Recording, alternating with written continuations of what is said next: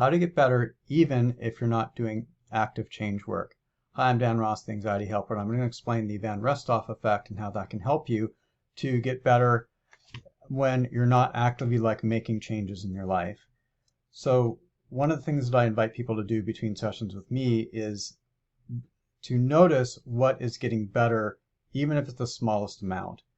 And why that it works is because if we look at this Van Restroff effect, basically what that says is that if there's a bunch of stuff that all looks similar, the one thing that is not similar will tend to stand out. So if you look at these texts of gibberish here, the thing that if I asked you to memorize and repeat it back, the easiest thing that you could notice and repeat back would be that 363 because it's different. So the thing that's different stands out.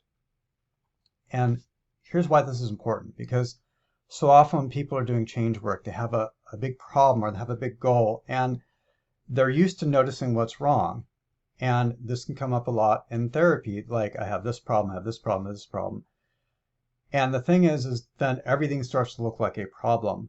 So one of the ways that I like to lead people out of that is, one, just focus more on your outcome and focus more on what you want it to be like. So it's more like that 363, it's the thing that stands out, it's the thing that's different, but also moves yourself in a direction, the direction of where you want to go. Because again, if you're putting your focus on where the problem is, that's good. It's good to be aware of that, but you also want to be very focused on where you want to go. And that's how we can use this to your benefit, because between sessions, what I invite people to do is just notice the smallest thing that's better. Sometimes there's big things that are better, and more often than not, that's the case.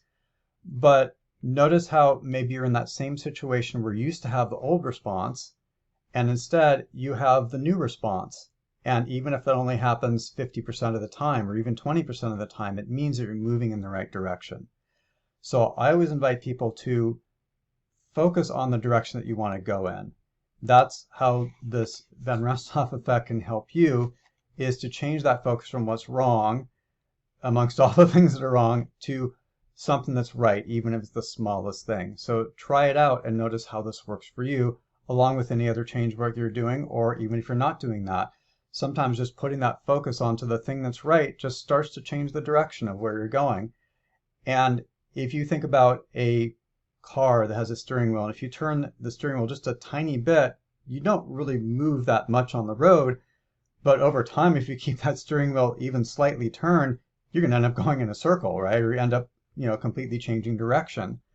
So that's the importance of small incremental changes and noticing those things that you can do better and the things that are better and those things that stand out to you. And then the other thing this does is this allows you to build some momentum. Because again, sometimes when people are doing change work, they're kind of stuck in, I have this problem, and it can feel a little kind of hopeless at some point.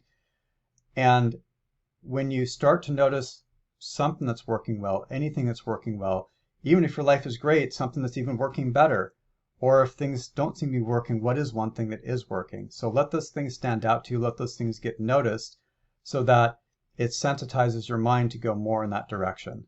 Try it out, and you might be surprised how this works to help with whatever else that you're doing.